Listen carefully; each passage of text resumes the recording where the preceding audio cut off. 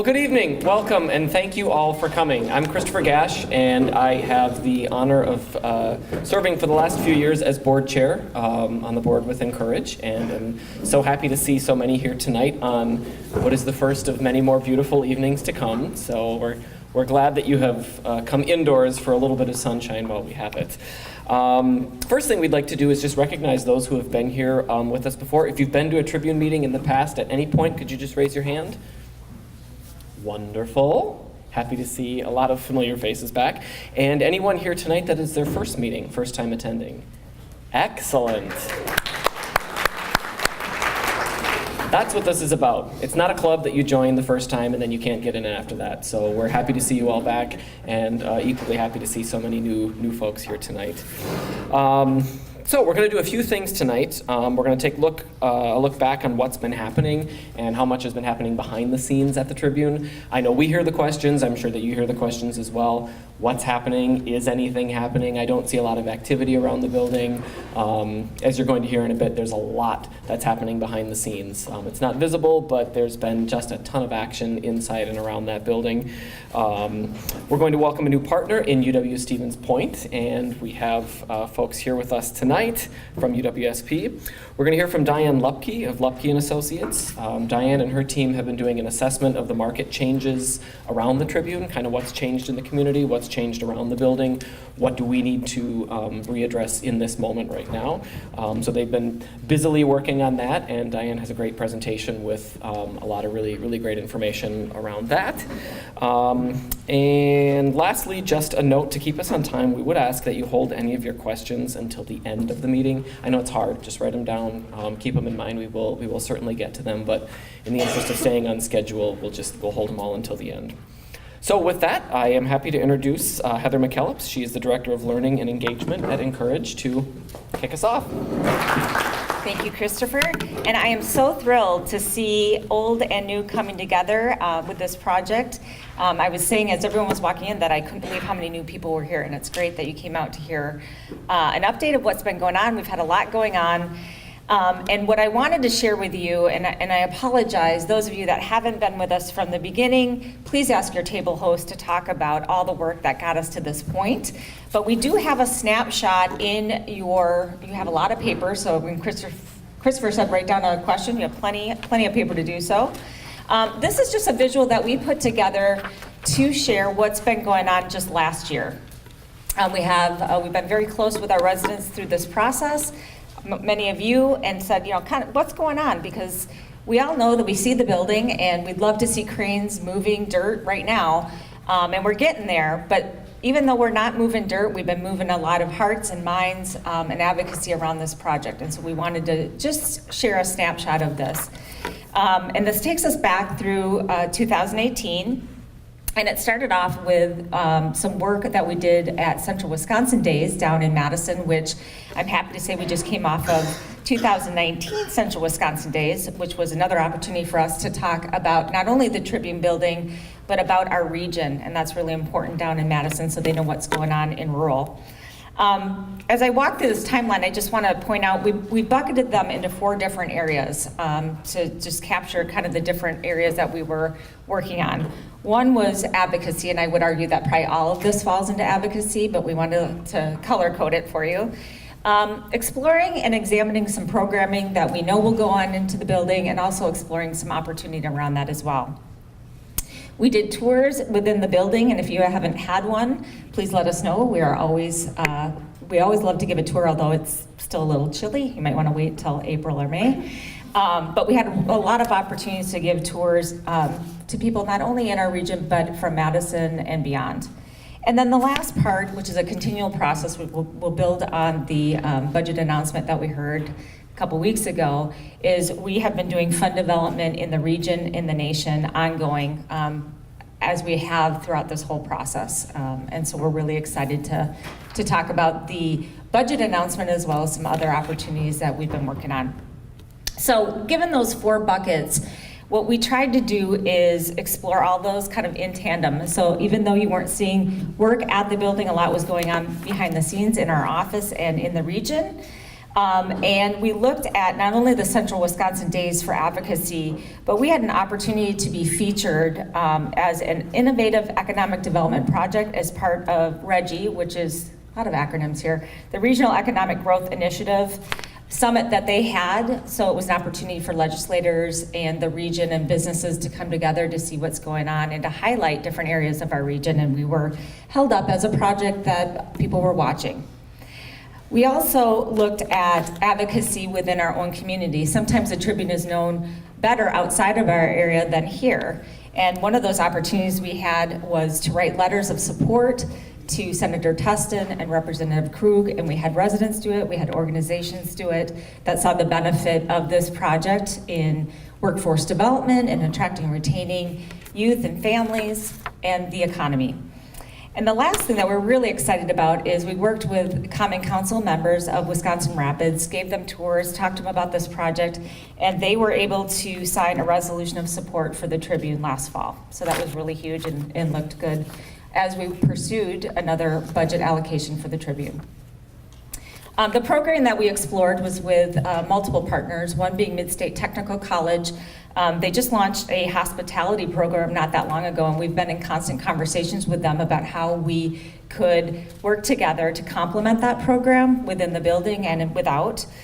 We did Tribune teasers throughout the summer, and what those were we were trying to do programming that we know would go into the building or we thought might go into the building to keep people engaged in the project, to highlight it, and to also get people exposed that haven't been a part of it so far. And that went over really, really well, especially, no surprise, when we had beer and we had local food. We also were able to host an entrepreneurial event, which was a multi-day event in town where we had some local CDFIs that Incourage has invested their money in come and talk about how they could provide gap financing and help people that are starting a business, small business entrepreneur, when they were told no by a bank, when the banks aren't able to finance. And so they came to town to talk about that. And we also pulled all of our partners together that play some role in helping and supporting entrepreneurs. So we had Mid-State Technical College, we had the Chamber, we had SBDC, Stevens Point, come together and talk about how everyone plays a role so people, depending on where they are in that path, could see themselves within it. I won't talk any more about the tours, but the last thing I will say as far as our fund development is that we had two big items this year. One was the launching Global Giving. Many of you participated in that. It's an online giving platform that's international. And we were able to get to the part where the point on that platform where we were constantly highlighted. So that was a huge achievement for us. It took a lot of contributions, but not only contributions, just people being supportive and supporting that platform. So we appreciate that. And then last, but certainly not least, was our submitting our request to the state budget again this year, new administration. But it was the same type of approach. We got very far with the last administration and ended up getting funding for the airport. But both administrations look favorably on this project because it is about workforce development, it is about economic development, and it's a different and unique project. So we're really proud of that and can't wait to talk more about that with you. So this is just a look back of some of the things that we did with the Tribune. And to talk more about that budget announcement and our future partnerships is Kelly Ryan, CEO of Incourage. And good evening. So I have kind of a mix of a little bit of scripted remarks that I want to share from Friday when we did a press conference with the Secretary for Department of Administration, Joel Brennan, was here visiting Friday morning from the Evers administration. And then also Chancellor Bertie Patterson and the senior leadership team from University of Wisconsin, Stevens Point. So as we learned late last week, the Tribune Building project has been included in Governor Evers' budget proposal. And I want to just emphasize this is just the first step. So it doesn't mean it's a done deal. It means it's really, really good, but it means it's the first step in a process to realizing state funding for the Tribune. What it demonstrates, and what we heard Friday morning, was it demonstrates the value of resident participation in terms of driving community economic priorities and community development. And if the people that live in their communities are not involved in deciding what kind of future they want. You only get the future that others decide. That was reinforced Friday morning when Secretary Brennan was here, and he spoke to all of us about this effort being a model for the rest of the state of Wisconsin and beyond, because it demonstrated so much ownership and participation by community and by residents, and that's all of you. So even if you raised your hand just that you're here for the first time, you're all making a difference. Those of you that have hung here with us for a couple of years, it really is about all of you. So I just want to say thank you all for participating, because that announcement on Friday would not have happened without you. It was clear to me today when I was in Madison, and I just got back from Madison, for the Building Commission has a series of meetings, and today was a administrative subcommittee where they voted on would they keep these allocations in the budget. And good news is today they voted unanimously to keep the Tribune in the budget, and they invited me to speak to the committee about what this project was, why it made a difference. And I will tell you, I emphasized a number of things, not the least of which was transitioning out of a single industry and primarily a one-company economy over a period of 18 years. It was very good to this community for over a century, but a lot of rural communities are dependent on single industries or large corporations. And when changes happen, it's very difficult to transition an economy. And you want to transition an economy so that we're having more entrepreneurial activities, more innovation, opportunities for young people to see themselves as whatever they want to be, right? So the idea of innovation. The second point that I made with the subcommittee today was around lagging recovery. And I just want to say to you that we've done a lot of research in the last year and a half, and we do lag in recovery. This region right here lags in recovery compared to the state. We lag in economic recovery compared to the nation. And so we have lagging indicators around economic growth. And for making the case for state or tax investment in this community, in this building, I just have to say, per capita, we have not received the allocation of economic development investment per capita in this region. And this is an opportunity for us to use our tax dollars and the state's tax dollars to invest in this community for economic growth. I want to say the second thing is I have to thank Senator Teston and Representative Krug, and Senator Teston was there today. He's on the Building Commission. And Heather referred to this, and I said this today, this is not a partisan project, right? This was in the Walker administration advocating. Our representative and our Senator Teston and Representative Krug are Republicans. This administration is a Democratic administration with Governor Evers. And what we said to Joel Brennan or Secretary Brennan on Friday was, this is not a partisan project, this is a community project. And it's not about partisan politics, this is about what's best for communities. So today, I'm also happy to turn this over shortly. The legislature today was particularly impressed with a new partnership that we announced on Friday. And it was a partnership with the University of Wisconsin, Stevens Point. They will have a physical presence in the Tribune, and you're going to hear more about that tonight when Diane does her presentation.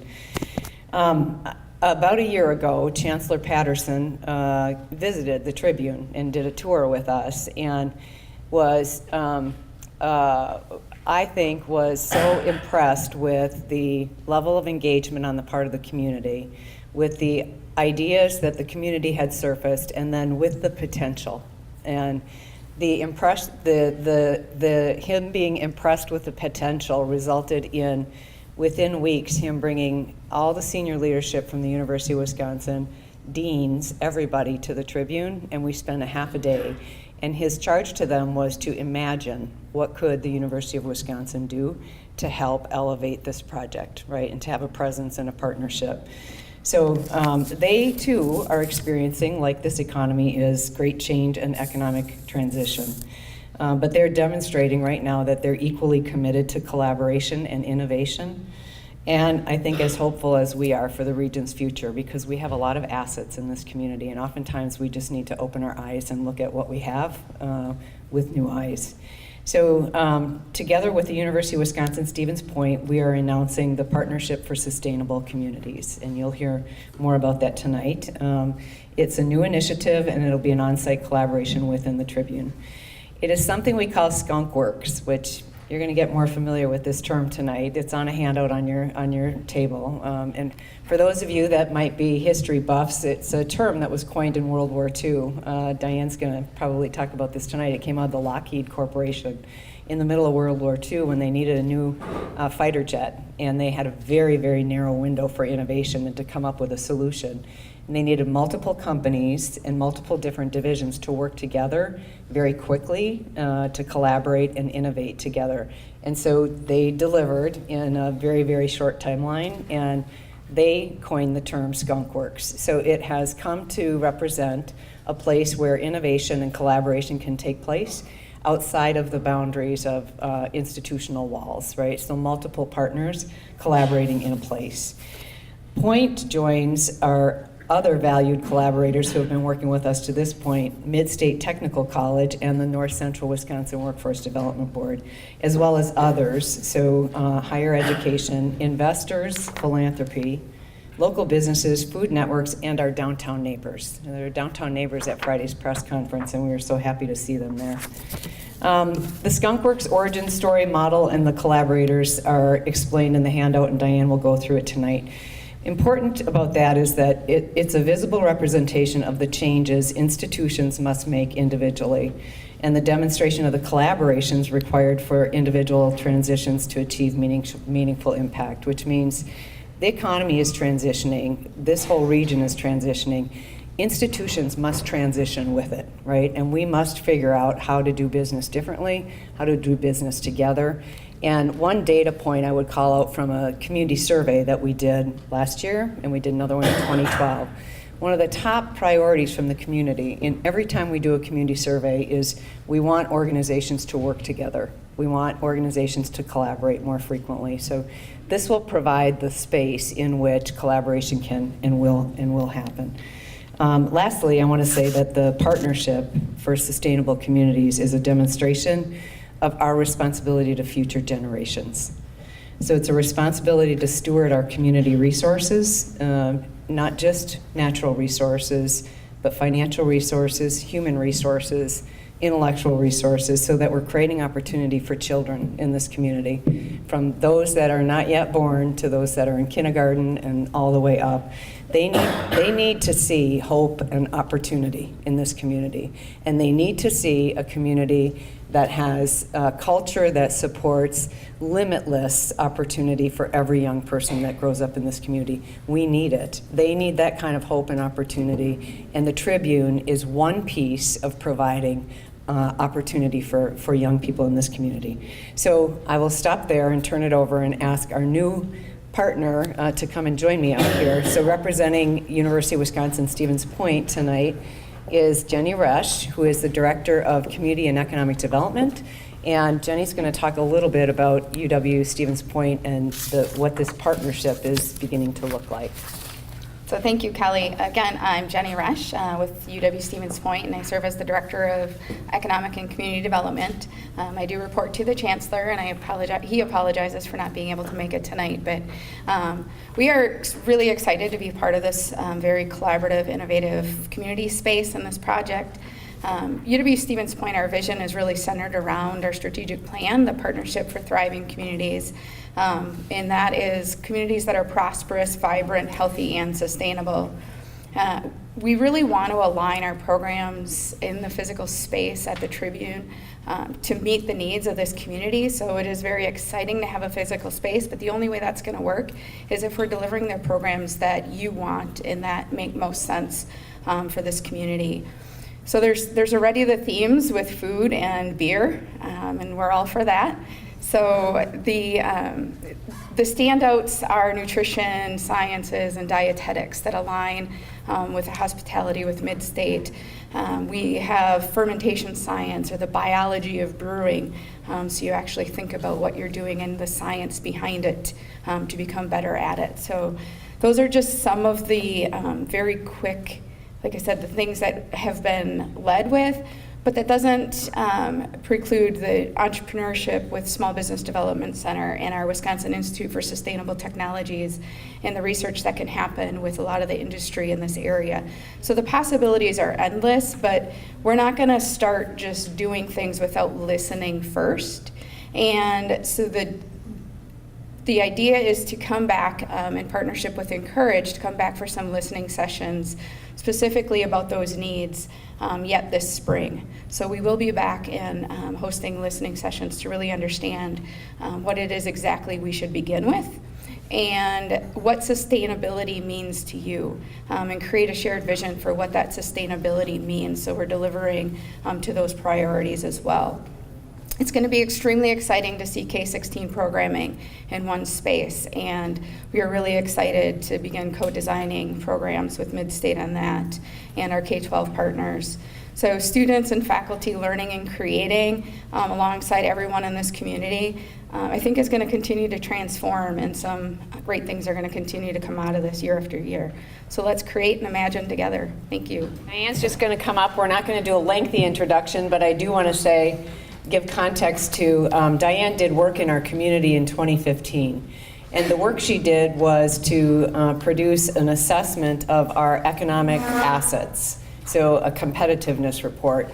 And it wasn't just focused on Southwood County, it was focused broadly on the region, which we must look at when we're looking at economic growth. We today still use Diane's work from 2015. It was in partnership with REGI, the Regional Economic Growth Initiative, and received support from WEDC. So it was a natural for us to call Diane and her team and say, will you come in and work with us on the Tribune model? Will you look at the Tribune? Will you look at the market demand right now? What's changed in the last couple of years? We know there's a Y in Boys and Girls Club being built right behind us. But beyond that, is there still demand for what residents determined they wanted in the building? And then what are the new opportunities? So Diane is here with the real presentation for tonight. Thanks. Good evening. It is my pleasure to be with you today. My purpose in speaking to you is to share the research conducted by my firm and how that research has shaped the next stage design for the Tribune building. My firm, Diane Lupke Associates, is an economic development consultancy. We use data, and that helps you to shape the ideas and bring your projects to fulfillment and success.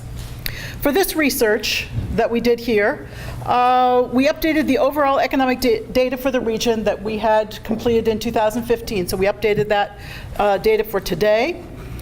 And thank you. Sorry. Okay, I've got it. So for this research, what we did was update the data that we gave you in 2015. So that was updated with the most recent information that we could get for today. And then we looked for data that would expose opportunities that could be specific to the Tribune building.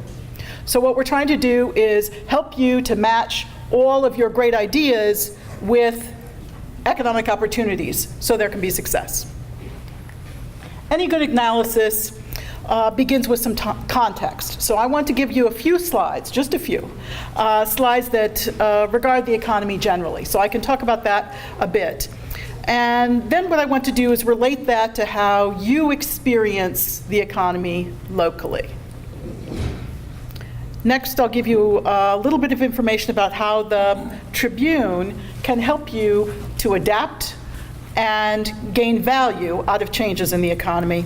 Finally, I want to share how your ideas have paired with the opportunities exposed by the data for the design and operation of the Tribune. So that's going to be the exciting part, the fun part. Okay, so we live in a time of great change. And change is, we're all part of the same economy. We're part of the same economy, but the way we experience that economy is different and personal.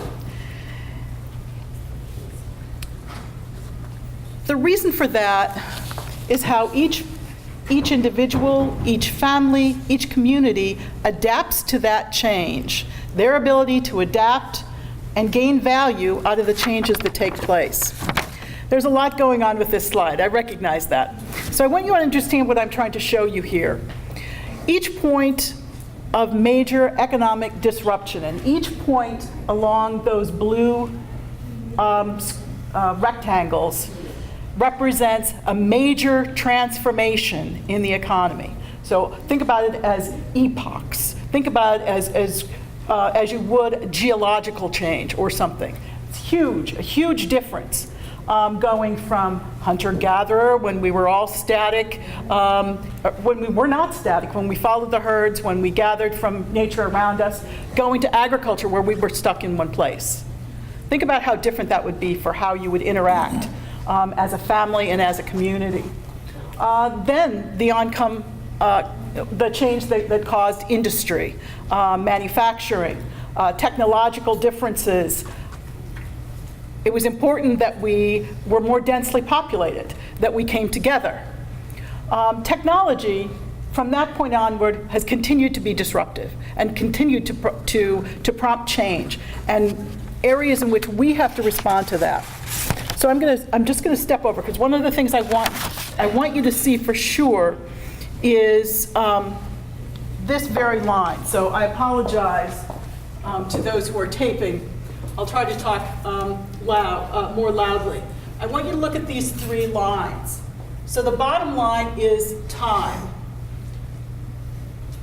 And then in that other axis to the left, follow this center line. See how it's going along, and basically if you look at the averages, change was linear. So we were able to adapt. It's a constant. We were able to adapt to that change. Even though it was disruptive, even though it was uncomfortable, we were able to adapt to that change. What happened after the great technological advances meant that line has begun to turn and move upward at a much faster pace. So instead of being linear, change is now exponential. If you look at the difference between those two lines, that's disruption. That's what makes you so uncomfortable. That's what means some are left behind, others are able to go forward.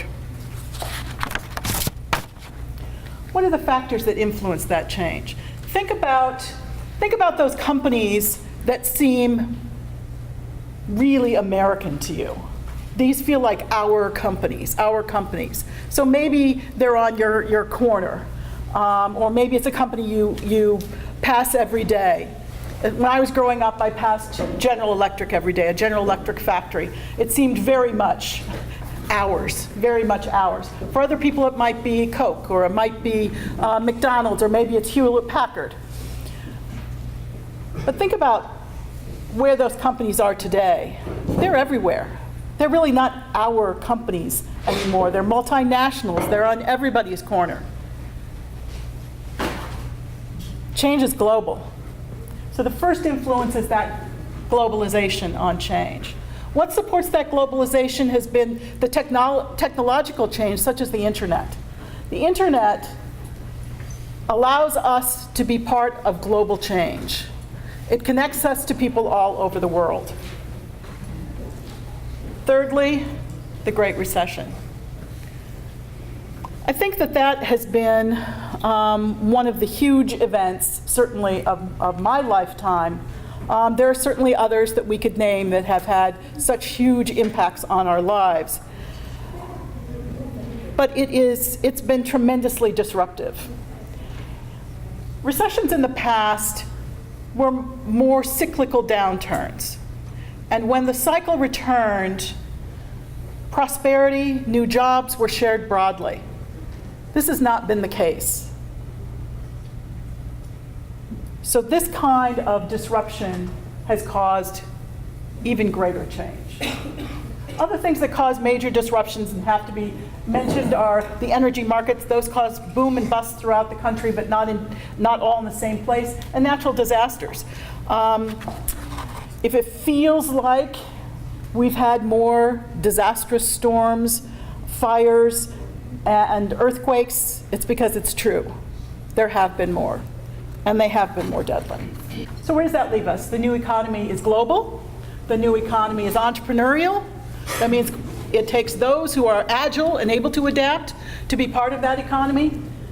Thirdly, it's knowledge-based. What does that mean? That means new, companies that are new or that respond to technology with innovation are the ones who are taking part in that economy.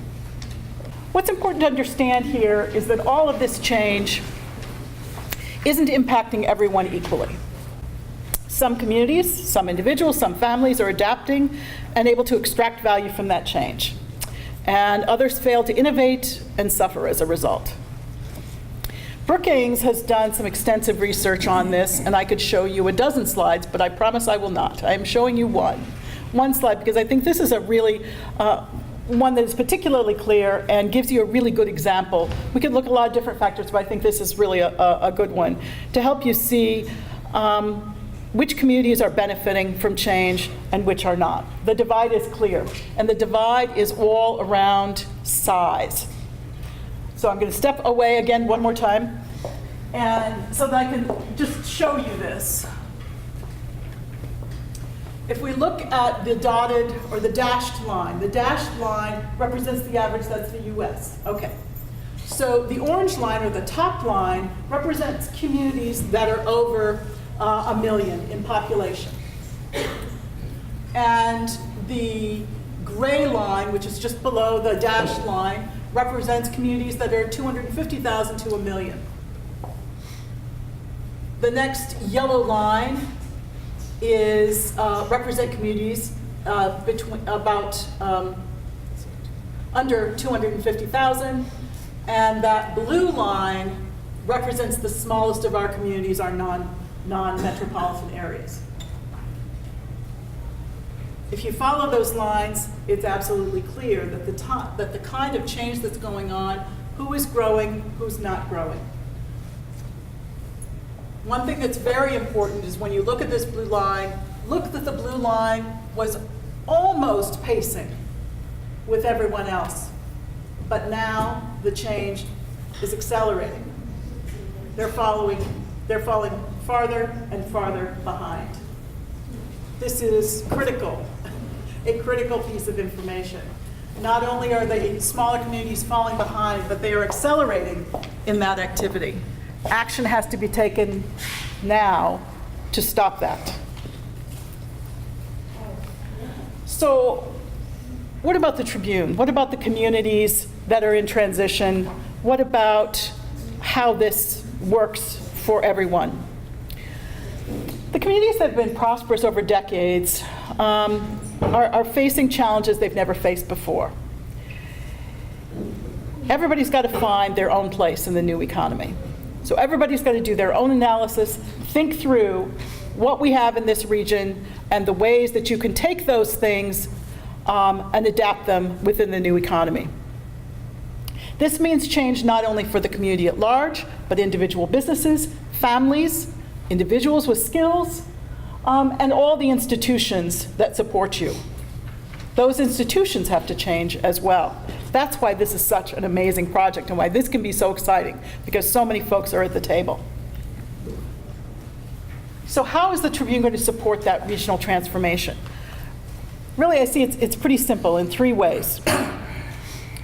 First, by its design and its location. Secondly, by that intellectual leadership and how folks are coming together to collaborate and share in that intellectual leadership. And thirdly, on community inclusion. Everybody's got to be part of this. If you are not part of it, you're not part of that change, and you're going to be left behind. So it's really important that in some way you are connected to the activities that take place here. I want to show you, I'm showing you this Google vision here that's an aerial view, and the Tribune is represented here in the center of this slide. And it gives you a small sense, at least, of how connected the Tribune is both to the primary asset of the region, which is the river here, and connected to the downtown and the proposed new farmers market. So why is this location important? First, because it's central. We think that's critical. Secondly, because we think it strengthens so many of the other projects that are going on in the region. Thirdly, we think that it connects to the waterfront, as I mentioned, preserves an iconic building, which it preserves an iconic building. And fifth, because the building itself is designed in such a way that it allows for connectivity, and it allows for a lot of interaction from floor to floor, as well as interaction within the building, and invites people in from the outside. The location, the uses, and the views. I've been up on that roof. The views are fantastic. I think that is a tremendous asset that folks are not really thinking about. You know, that's really amazing. There aren't many places that you can have a cup of coffee or a glass of wine or a beer, of course, up on with a great view of the river. I think that's a real asset for you. Okay. So, so there's your beautiful design, and so there's been some evolution in the project, obviously, since the time that you spent so many hours and so much extraordinary effort to give all of your ideas.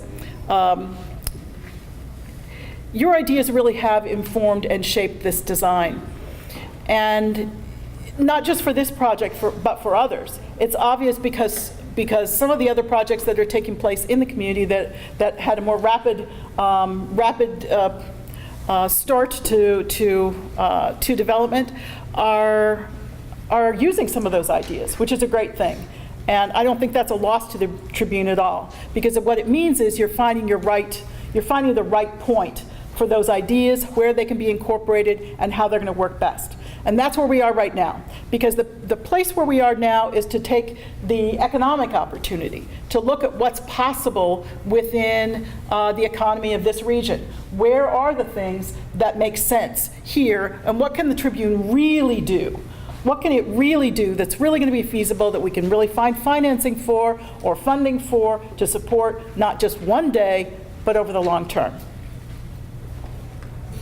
So let's take a walk through of where all of your ideas and the economy are taking us. I think this is a really fun beginning. It's because it's very opening. It leads directly from the farmers market area right into the first floor of the building. And this is the agriculture and food systems cluster. So each of these activities are ways in which everyone can take part and enter the building and experience the building and enjoy good food, as well as training, education, activities, however you wish to experience the building. So we're going to keep going through this, starting off let's start in the Welcome Center. So as you enter the Tribune, you're met by a hospitality intern who can provide a tour for you of the building or direct you to specific locations within the building. They can also introduce you to Wisconsin-made products that are made either right there at Tribune by Tribune tenants or individual participants in the Maker Kitchen, or simply other Wisconsin products. If you are bringing a business idea or some other kind of issue or program that you want to talk about, you can go directly to the Tribune concierge and access the concierge through the Welcome Center as well. This portion of the Tribune, we are budgeting to be supported by product sales. So we're hoping that there is enough generated within the building itself, as well as through Wisconsin products, that can support this portion of the building. Okay. This is an exciting spot, I think. The Maker's Kitchen is the source for everything about food for the home cook interested in learning new techniques, having a question, forgetting how to do that turkey or the brisket or whatever. So those kinds of individual questions, or for somebody who has a product at home and they want to be able to move that product to a small business. Or perhaps you already have a business and you've got that first big order, And how are you going to meet that order? This is the way you can do that. You can bring that product to the Tribune, work here in the Maker's Kitchen, have assistance from the co-packing and production folks to get that first order out for you so that you can be paid and go on to the next activity. So this is really an exciting part, and this is one that we hope will be ultimately a 24/7 kind of culinary space that brings to bear both the courses, as well, the courses, the co-packing, the space for space rental, storage, anything you need to help support your business or support your interest in food and healthy cooking. Wisconsin has a long history, as you know, with brewing, tasting, bottling your favorite beverages. And this is a really interesting spot, I think. The microbrewery is the opportunity to move home brewers, folks who are brewing beer in your basement or your garage, to the next stage, to single cask brewing. And that can be either an activity that you do independently, or it can be an activity that you do with others. You could potentially join and 2 or 3 other brewers, for example, and start a business, or you could simply do your single batch brewing. We envision this in a way that understanding the kinds of things that you wanted to do, one of the things we tried to do as we were putting this together was to take as many different ideas as possible and to try to realize those in various units of the building. So that's what we're trying to do here.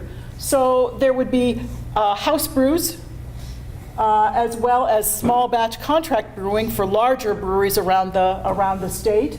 The home brewing, 1 kettle contracts, do some bottling if folks are to that point, and of course have a tasting room so that you can be the critical expert judges that you are for all things brewed. The workforce model here is we're hoping to have a brewmaster on site as well as a brewmaster apprentice program. We hope that there's some we intend to have training and technological support for individual home brewers who want to ramp up a bit. And of course, there'll be tasting hosts so that you can try as many beers as you're interested in. So we're looking at this either as a rental space to multiple users who might join together as a cooperative, or we would RFP the whole thing. So we would send out a request for proposals to a single operator who would develop it under our specifications. This final space on the first floor tour is the Café and Brewpub. So it would be open all day, but it would encompass both a cafe with baked goods, sandwiches, coffees, of course, and then transition to a brew pub at around, mid-afternoon, 3 o'clock, something like that. It would transition to a brew pub, and you'd introduce beer, wine, other fermented beverages, and it would have a pub-style menu, but perhaps a little upscale based upon the kinds of things that are being made in the Maker's Kitchen, as well as their own menu. The workforce model here is we are hoping that there's a really strong relationship between the Maker's Kitchen, the cafe, and the brew pub, so that things that are being made can be featured there, both in the cafe and in the brew pub. We think that's really important. So there would be opportunities for chef, baker, barista, bartender, and hospitality interns. And again, the revenue model here is either a one RFP, so one request for someone to do all of it, or perhaps 3 requests, so 3 different individuals might participate in this. Or again, it could be cooperative ownership by a group of bakers or a group of chefs. Any of those models might work here. And what's important when you think about all this is that we're very flexible, so that you can adapt to the things that are coming together and the things that make sense as time moves on. this is something that came out that we were not thinking about before, and this really came directly out of the data. We updated all the economic data, and we were looking for opportunities that could be specific to the Tribune, and this is something that really popped up, that there really was not sufficient event, conference, party, wedding space in the region. And we looked since this area, the folks here are interested and willing to travel certain distances. We were able to look into a larger market region for individual events. And what we found is there really wasn't sufficient coverage for those kinds of events. So this presented a real opportunity, especially because this is a unique space. This is not just another hotel ballroom. You know, this is really going to be a different kind of space, a really visually beautiful space that will be adaptable for a lot of different kinds of events. So we see this rental income as important. And it's also an opportunity for you to embrace this building and have your own events, your own activities there as well. One thing I failed to mention earlier is that all of these spaces connect to the third floor. So you can bring your coffee up, you can bring your beer, your sandwich. The third floor is open when it's not when it's not scheduled for another event. That space is open to the public and will be used by the Café and the Brewpub, and you can always bring your own sandwich there as well. So imagine that you build planes. So your work is aviation, and you've received these specifications. You have to be able to, this plane has to be able to fly continuously for many hours. You have to be able to outrun missiles with this plane. You have to be able to take crystal clear photos at 70,000 feet. And get this, it has to be invisible. Invisible. Sounds impossible, but it's real. The company was Lockheed, and it's World War II, as Kelly mentioned, it's World War II, 1943. Lockheed knew that they could not meet these specifications, and there was one more. It had to be designed, and there had to be a prototype available in 150 days. Really incredible. They knew they couldn't get it done within their own processes because they knew how long their design took, they knew how long it took to build a prototype, so they knew they had to do something drastic. A Skunk Works was born. They moved a select group of their designers and engineers into a remote location and gave them 150 days to get it done. They had complete autonomy to put the design together as they wished, use the materials they needed to, and make this work. The amazing thing is they did, and not just once. They met their deadline in 143 days, and that was just the first of many planes built during World War II and during the Cold War after. This idea is one that clearly worked for Lockheed and continued to work for Lockheed over many decades. Other companies have adapted it for their own use, and today communities and groups of companies, community, nonprofits, have all taken this same idea of giving folks the opportunity to move outside their own structures, outside their own bureaucracy or stricture of their regulations, and come together and make decisions. We do have a Skunk Works operating in Wisconsin at the Milwaukee County Research Park. And it's very interesting, the kinds of things that are coming out of that opportunity. So here's the Partnership for Sustainable Communities, the initiative of the University of Wisconsin-Stevens Point, Incourage, and all of you, and all of these partners, is our Skunk Works.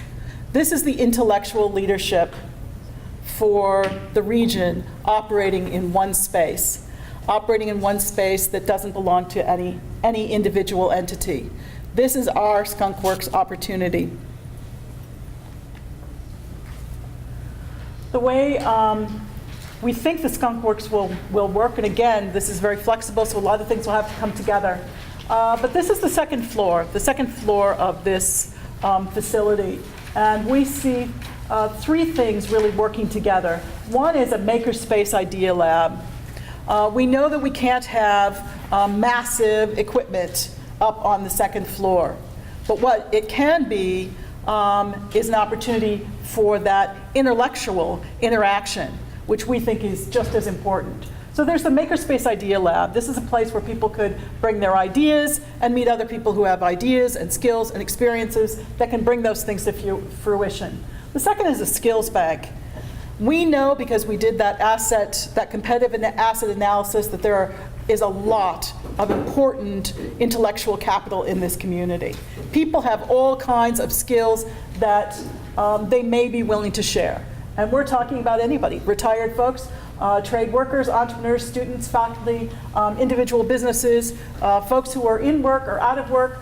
This is a place where all of those folks can share their abilities to help support others to develop a new prototype, maybe a new business, or maybe just solve a problem they're having. Ideally, this is also a place where community issues could be solved, a place where everybody feels safe, and it's neutral, and maybe some ideas can come together. The third piece there is the Solution Center, and this is, again, where people can bring their individual issues or problems specific to find solutions. I want to give you just a couple quick examples. Now, these are not the only ways this could happen, but these are just two examples of ways that it might work. So this first one is about the connection between the farmers market and the Tribune building. So here's an individual vendor. An individual vendor would come to the Tribune and say, how can I increase the profits from selling carrots? I grow carrots, and they're the best, fantastic carrots, but I'm only making this much money from these carrots. How can I make more money from their sales? So submit that to the Ideas Lab or the Solutions Center, and the answer comes back. A simple answer would be, how do we add value? How do we add value to your carrots? You already know you've got fantastic carrots. How do we add value to those carrots? One way, okay, how do you add value? You add one step to the growing of the carrots. So in that case, the adding value was shredding the carrots. So this is something you would find at your grocery as well. You take that one step and you know what they can do. They can charge you more for that. So this is a way for you to extract a little bit more product out of the same basic product that you're growing. All right, how about a third step? So that third step would be maybe develop a home product. Okay, so you have a great recipe from your grandmother for carrot cake. All right, let's start baking some carrot cakes. Let's take these fantastic carrots that we've now shredded, and they're ready for cakes. So we can make those carrot cakes at home. We can sell them at the farmer's market as a vendor. We can go one more step. Take one more step. Come into the maker's kitchen. If you use the maker's kitchen, now you're able to sell a higher volume of cakes, and you're able to make a larger cake and cut slices and sell those individual slices. At each step you're adding value and you're able to make more. That's one example. Here's another example. Okay, so let's say you're a business, an existing business, maybe a small business, maybe a larger business, but you've got an idea for a new or advanced product that can take advantage of some of the market that you see not being exploited. So you have this new idea, but you don't really know how you're going to be able to make it work. So you bring that idea to the Skunk Works, into the Makers Lab, the Solution Center, the Skills Bank. You get the right group of folks at the table, and you all start to think through this.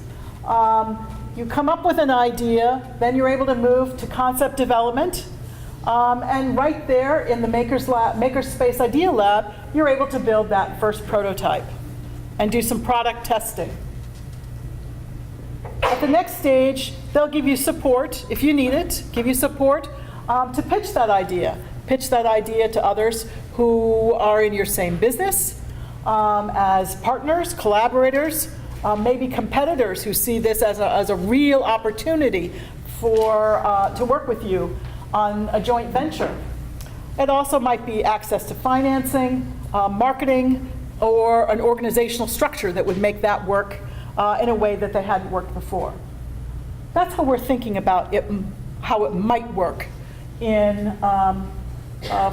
for you or businesses through the Skunk Works and the Makerspace Idea Lab.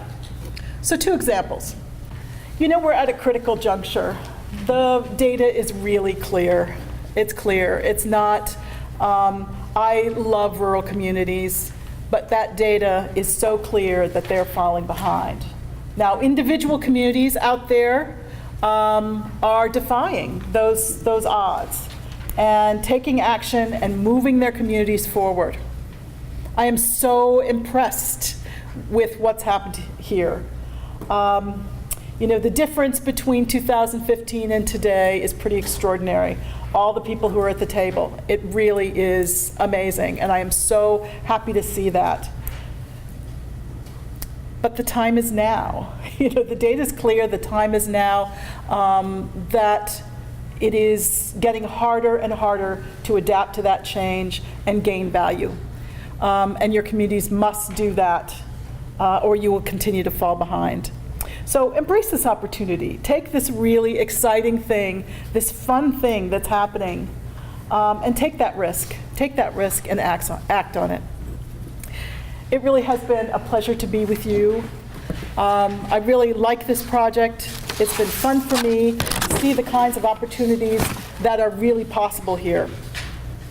Thank you for your time and your attention. I'll be here for a while to answer some questions. So, all right, great.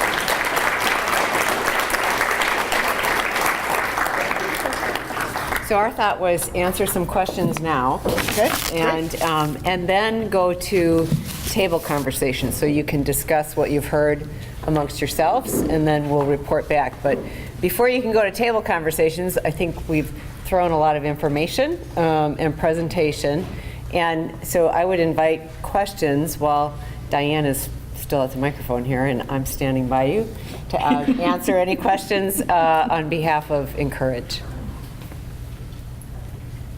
Yeah. Can you describe where a similar model has worked?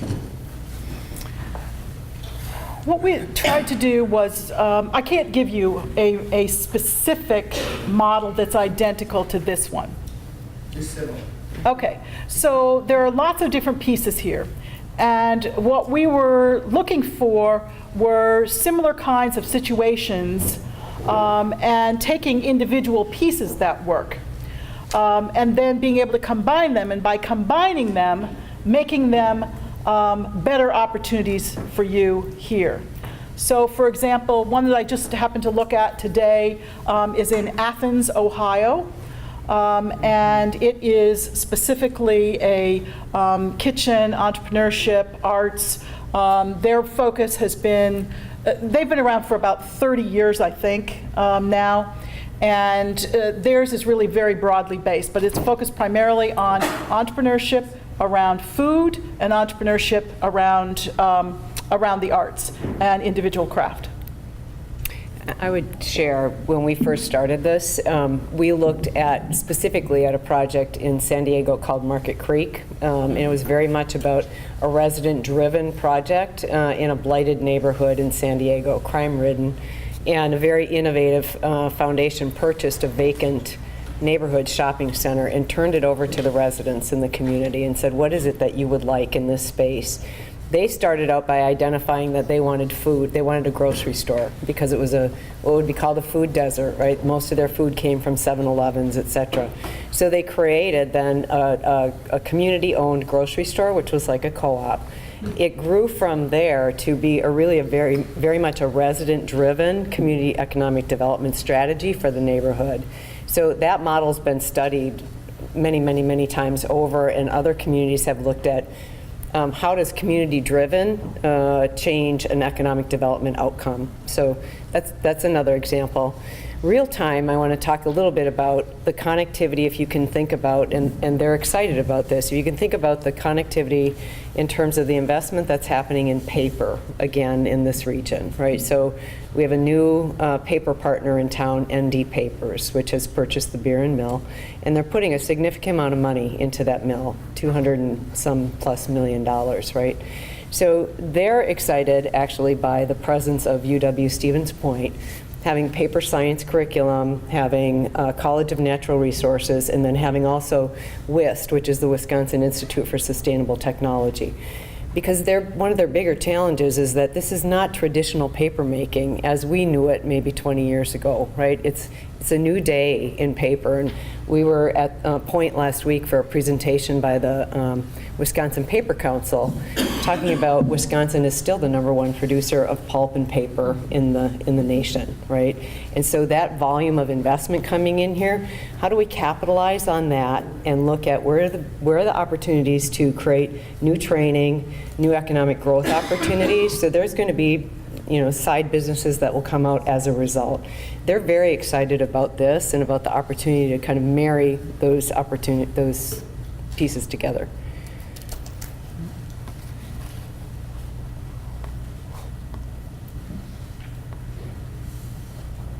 Well, maybe they need to chat first. I think so. Why don't we do that? You're in charge of that.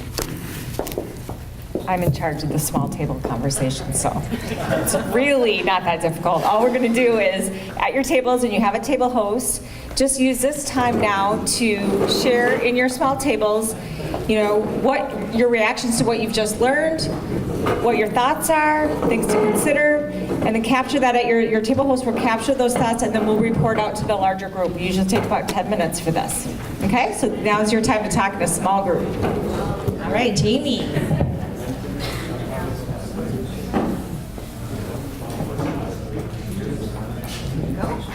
Hello. Well, everybody, as probably most of you are, we were very excited at our table.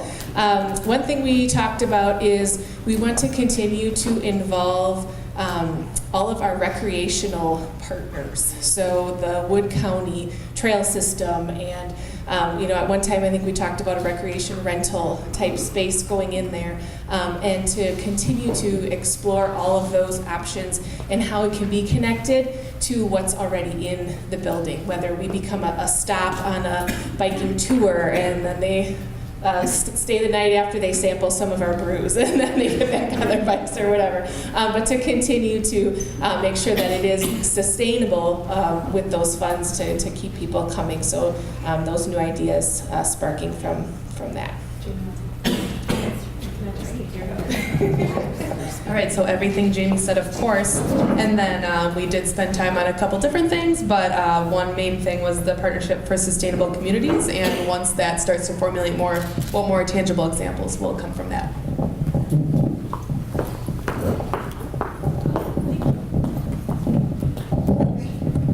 Other tables, share your conversation, your thoughts, reflections.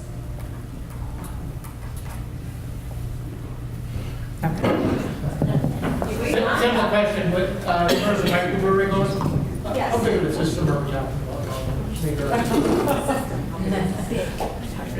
How many barrels? No barrels? I thought it was 7 barrels.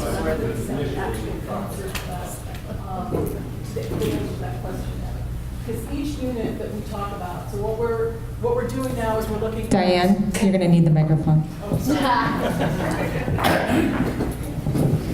So I can't give you a definitive answer to that question. It's a good question. And there is going to be a lot of push and pull over this as we go forward. But we still have to find that mix, and some of that's going to be determined as we go through the RFP process. But when we design the RFP, what we're going to do is put in all of those activities that have been important to people. and to make that part of, to see how we can make that part of it. I mean, we're looking at, one of the things we're going to do before we get those RFPs put together is look at more models. So we'll look at models that are doing similar things to this. So for example, there's one in Vancouver, there's one in Fort Wayne, Indiana, where they're doing small batch brewing, where they're doing single cask, where they're doing support to home brewers and entrepreneurs, and they're doing the tasting room. So we want to look at different models and see what mix really works and what we think can be supported here. Absolutely. So I want to add to that in terms of the work that's been done on the brewing side has been engaged with Mark Butera again at OSO. And when Diane talked about having the capacity to work with the larger craft brewers from across the state, that idea where they want to test a new brew and they have such large equipment, it would be like mid-size equipment, so this is a non-brewer speaking, right? But Mark said, you know, I can line up for you tomorrow 5 to 6 craft brewers that would contract to use that equipment because they have such big equipment, right? So I don't know what size barrel system that is, but that is something that he's very interested in terms of partnership and continuing to serve on the advisory council that will help with implementation. We too, so we too are committed to having the mash masters be part of that process and determining what works best for, these are our home brewers, right? So what works best for our home brewers. You know, and some of the other things that Diane, like there's the Gnome Brewing Company, there's one in Boston called Democracy Brewing, which is everyone owns a piece of it. So the home brewers own a portion of it, and then the profits are shared and you make money as a result, right? So it's wealth building as well. Can I answer the recreation question before we go on? I want to, because I made a note on that. Someone, Jamie talked about recreation. So absolutely access to recreation, but in our conversations with Kim Kinsey and SUP, and there's also a new startup that's been around for a year or so in the Lakes area. It's the storage of the units is what's cost prohibitive. So they tend to use mobile trailers, like take a semi and paint it with outdoor recreation and then mobile and go to the place. So that's the kind of capacity we've been talking with others about. So using an existing business and maybe having a freestanding trailer right outside the Tribune building for access. The other thing I want to mention is that Governor Evers, in his budget, just created a new Office of Outdoor Recreation. So they're putting state money behind outdoor recreation, which is great for rural communities like ours that have a tremendous amount of natural resources. So I think that this will tie right into that priority.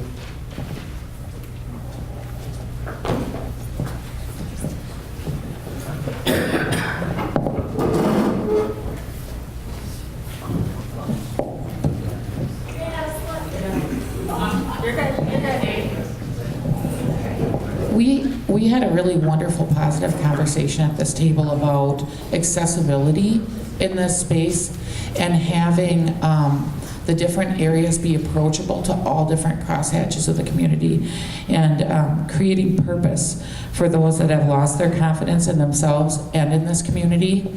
And I shared how many people have come to us and talked about product development, particularly in the kitchen space, and how diverse those people are, and that's really exciting to me, and I hope that that continues and that people who are concerned about that continue to come to the table and share their thoughts. Yeah, yep, absolutely approachable, yep.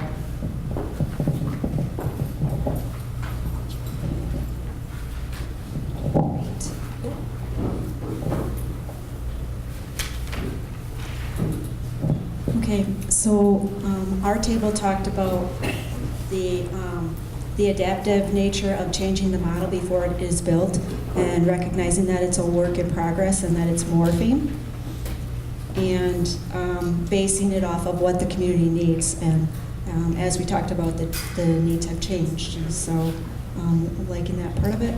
And then also the fact that employment has been sort of hard to attract young people to the community, and by seeing something in development feeling that it's a place that people are going to want to be, and that will be a bigger draw. And also appreciating the focus on education and business. And also some conversation about funding. So. Tables over here? No? Pass?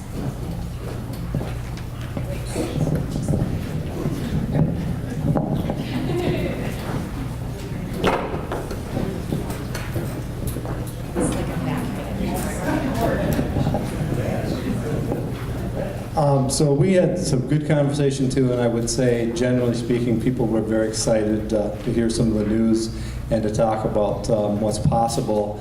And we did talk a little bit about, rural America and the downturn that, the slide showed, and a little bit about how Rapid sometimes is compared to Point, but I like what Craig said, is we don't want to be Point. So I thought that was awesome.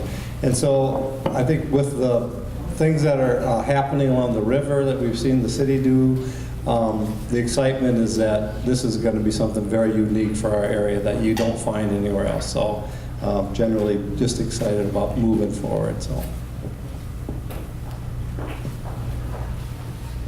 Thank you. Did you guys have Richard?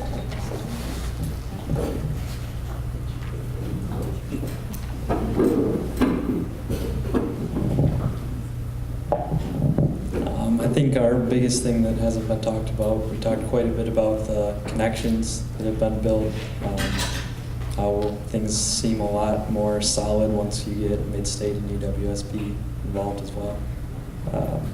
And also interested in ice cream stand. That was another thing that came up. Ice cream stand.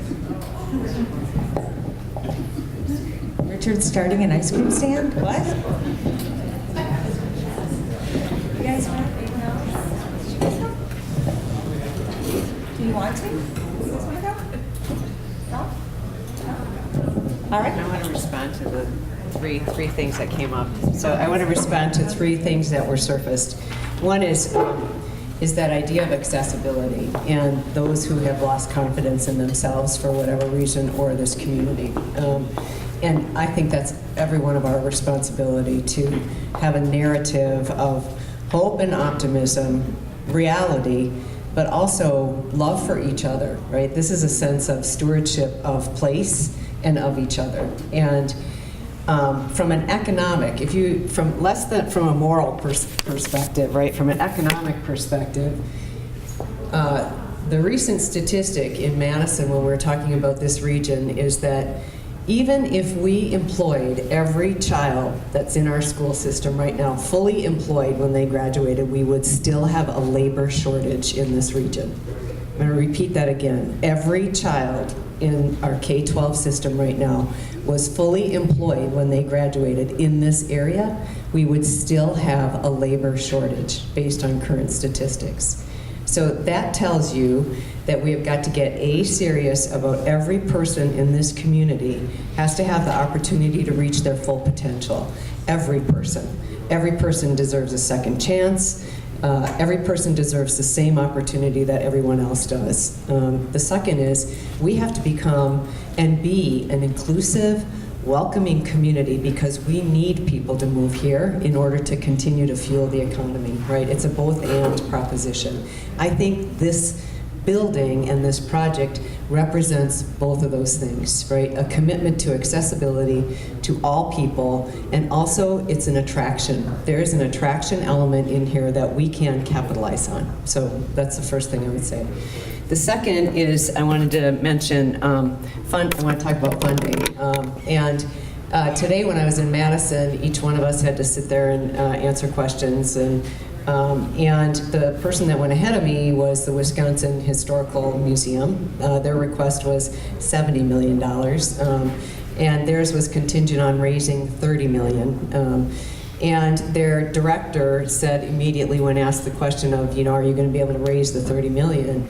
And they said, since the announcement of the governor's budget last week, the donor interest has accelerated because people see that there's going to be first-in commitment. And I just want to say that has been probably the biggest challenge with this project, has been needing a large first-in commitment, and that's what this state money gives us, is a first-in commitment.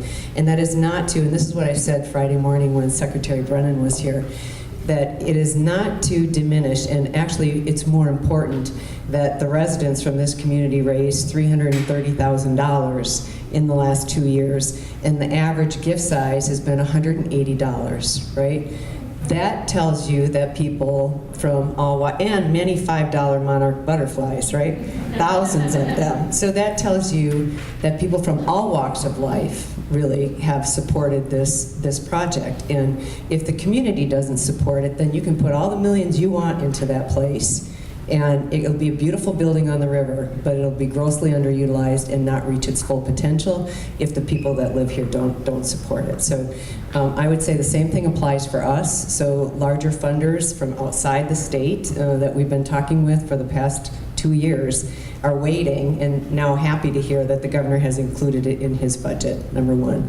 Number two, the partnership with the University of Wisconsin around sustainable communities is a very, very big opportunity for fund development for us. It brings higher education to the table. So the comment about having Mid-State and UW-Stevens Point and this kind of K-16 learning inside the same building, that doesn't happen everywhere, number one. Number two, then to partner with a university on site, it opens up, we all collectively agree, and I'm pointing to our UW partners, it opens up joint fund development opportunities where we are going to commit to raise resources together. I think that's it. Anybody have any other questions that weren't answered in the table report outs?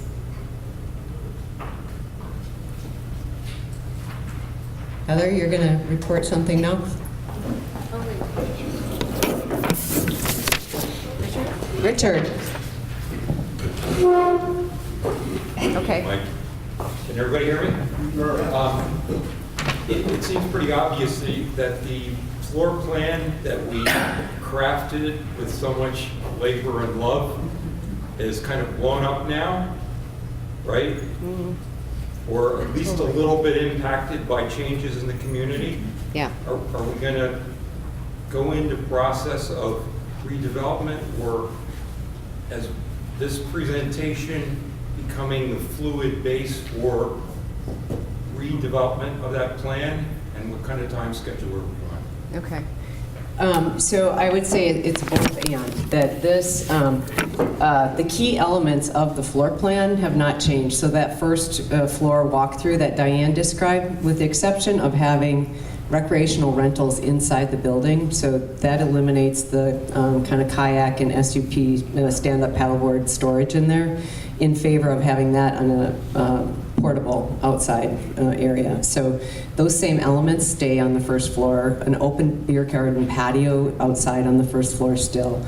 It's the second floor that becomes, so we called it the maker's creative space on the circular side, and then on the square side was youth space. And so when the Y and the Boys and Girls Club announced breaking ground and now their project underway here, we pulled back on youth space and went out and talked with young people in the community as well in the school system, and then have been talking with the Y and Boys and Girls Club actively about how can we create connected and collaborative programming for young people, in our case that focuses on entrepreneurship. So how can we get young people into the space but not silo them into a special room that's for young people? That's what they actually told us, was they want to be integrated. Don't put us in a special room. Can't we go into that culinary kitchen with everybody else, right? So I would say it's not that significant. One of the significant things that we are looking at to see, how cost efficient it would be is when Diane talks about that third floor rooftop space. Right now, it's the circular component, right, that would be added, and the building was built to accommodate a third floor. We're looking at, can we expand that instead of just the circular space? Can we move that HVAC equipment further off of that rectangle? If you can vision the top of the building, push that HVAC equipment back further and then expand that rooftop space. That we think would be a wise investment, and Diane is telling us it would be a wise investment and it would pay off in terms of return. So she's talking, because the building has to cash flow, right? So we have to look at where's the return on that investment, and it appears to be a good return. Like you could hold a wedding up there if you wanted to. Balance, that's my statement always, is we can do so many weddings, but we have to have it open to the public so that everybody has access to that rooftop and not just an elite group of individuals that can afford to host a wedding there. Does that answer? Mike? I'd be curious, does the culinary kitchen allow for something like a date night with couples making a certain exotic dinner? 10 couples doing this, and then they take it home and eat it, or cook it right. Diane is saying yes, it does. Date night. Yes, it does. Yeah.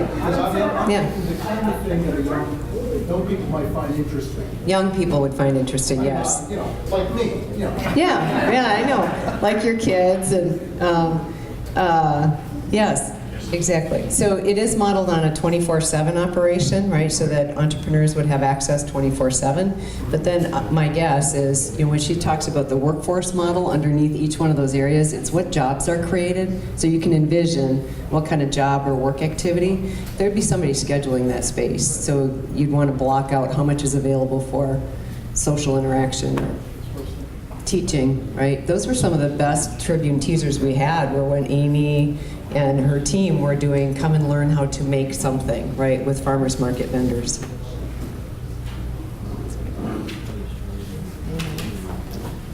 There you go. Any other questions? No?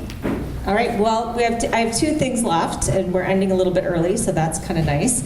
Oftentimes we get asked, what can we do? And those of you that have been with us for this journey, you helped inform the programming, you helped the design and look and feel, the sustainability features, and now what you can do are these three things that are on this piece of paper.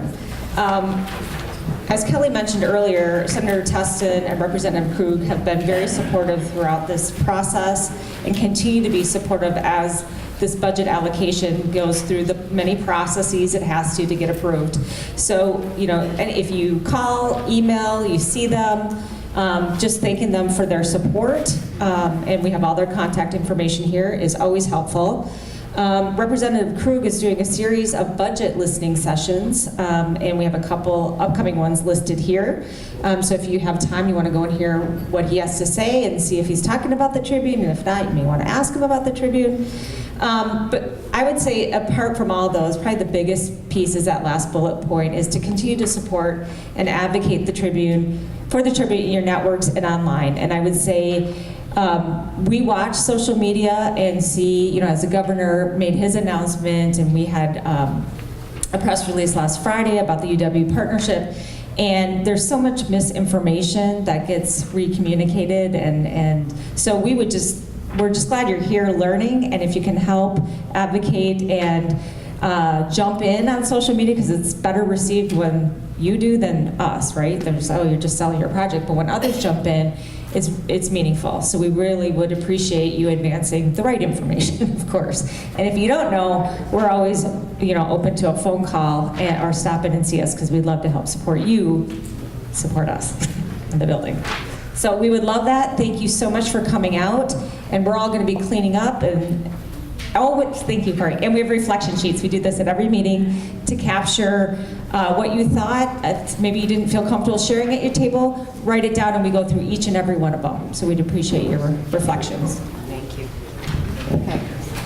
And as you're doing your reflections, I have one final announcement. And it is that at Incourage, we do more than the Tribune. The Tribune takes a lot of our time, but we do more than the Tribune. And sometimes people will say, not understand, what you have about $30 million in assets, why don't you just build a building yourself, right?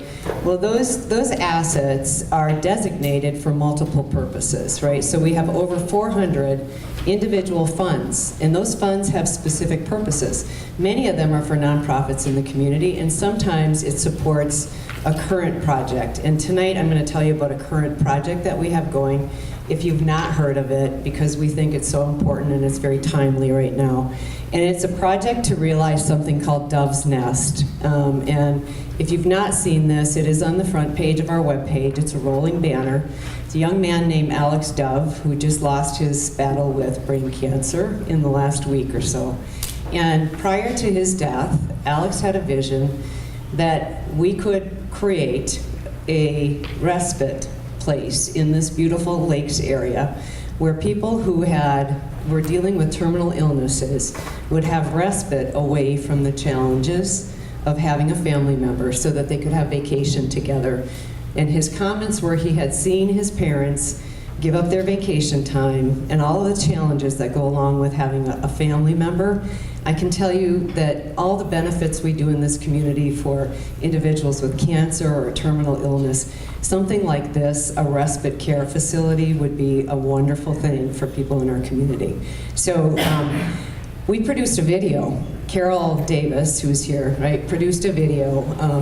That video has had more hits than anything we've ever done, and I'm telling you today it's now over 40,000 views, which is really exciting to us. And Alex's father is here tonight, Chad Dove, and he's leading this effort now, so to realize Dove's Nest in the Lakes area. And the fundraising is really starting to take off. So I would say if you would like to, A, make a contribution, you can do that on our website. B, if you'd like to help, he's the guy to see tonight. So thank you, and thank you all for coming.